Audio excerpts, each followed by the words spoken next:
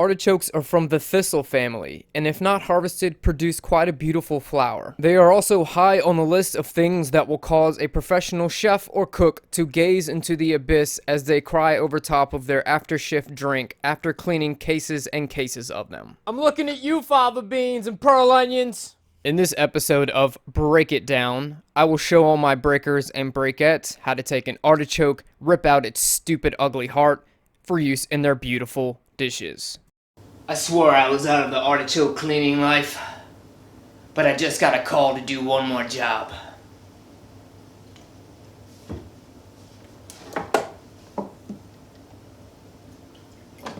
It's organic. Let's do this.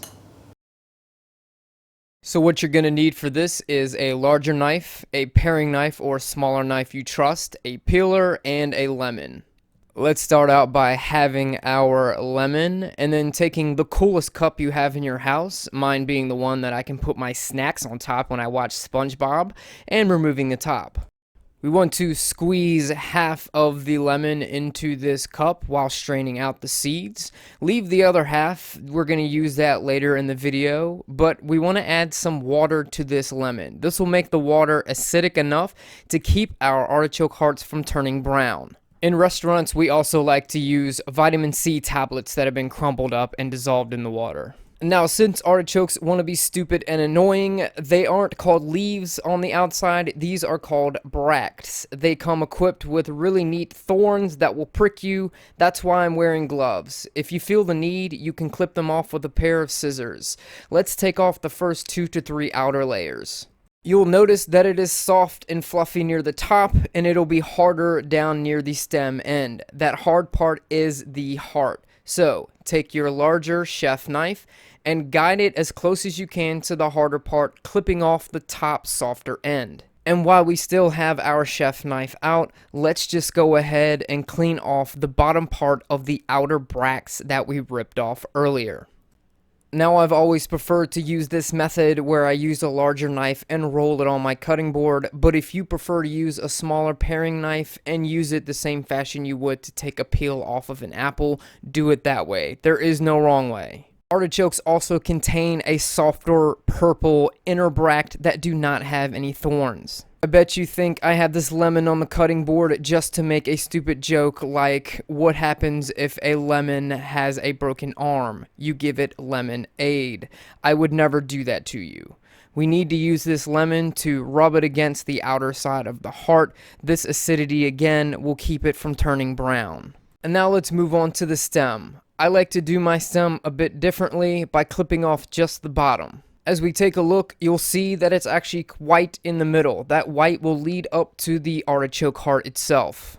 Using our paring knife, we're going to take it and cut off the green parts by sliding it underneath our thumb. Our non-knife hand will have the artichoke top placed in the palm with our fingers underneath so that we don't lose any digits and gain any cool nicknames like 3-Finger Harry. Now again, I like to keep my stem long because it helps with grip in later parts of this preparation. With our paring knife still out, we need to clean the bottom of the artichoke heart. I prefer to keep it in my palm and spin it whilst peeling it almost like an apple again. Most people will show you this method in which you come from the bottom of the stem and scrape it from the bottom to the top of the artichoke heart, but I feel like you lose product doing it that way. Again though, no right way, no wrong way, as long as you get yourself to this part. And if you need, you can take a peeler just to round off the edges or get rid of any tougher or green parts. I've transferred the lemon water into a bowl because I needed to use my cup for chocolate milk while watching an episode of SpongeBob. Dip the artichoke heart in this to preserve the color. Now, we need to get to the heart of the matter. Ha ha ha ha ha. So, using our paring knife, let's slice off just the very top part of the artichoke heart that contains the inner brackets.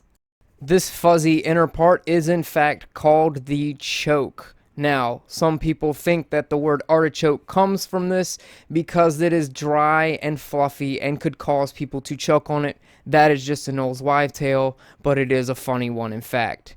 take a spoon and scrape/scoop out this fluffy, almost cotton-like innard until you hit the bottom part that is the artichoke heart top.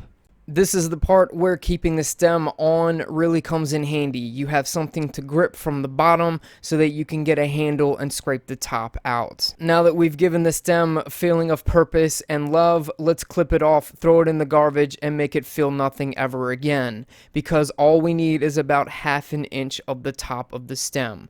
We want to shave it to a point and make this look like almost a Hershey kiss. This is the artichoke heart. Store this in the lemon water solution until you'd like to use it. It'll hold for about 2 to 3 days. Now, just to break the fourth wall, I want to go over that I've used fresh, canned, and frozen varieties of artichoke hearts in the restaurants that I've worked in. The fresh variety can cost you about $2, if not more, dollars each. It takes a hot second to clean them, and as you can see, it takes very little time for them to go bad. I recommend using fresh ones for smaller batch things like putting them on a salad or braising them as a side dish. Bigger batch items like a spinach artichoke dip would probably be better to use a frozen or canned variety as they are non-perishable and cost less per heart. This is just my opinion. I love you all. See you on the next one.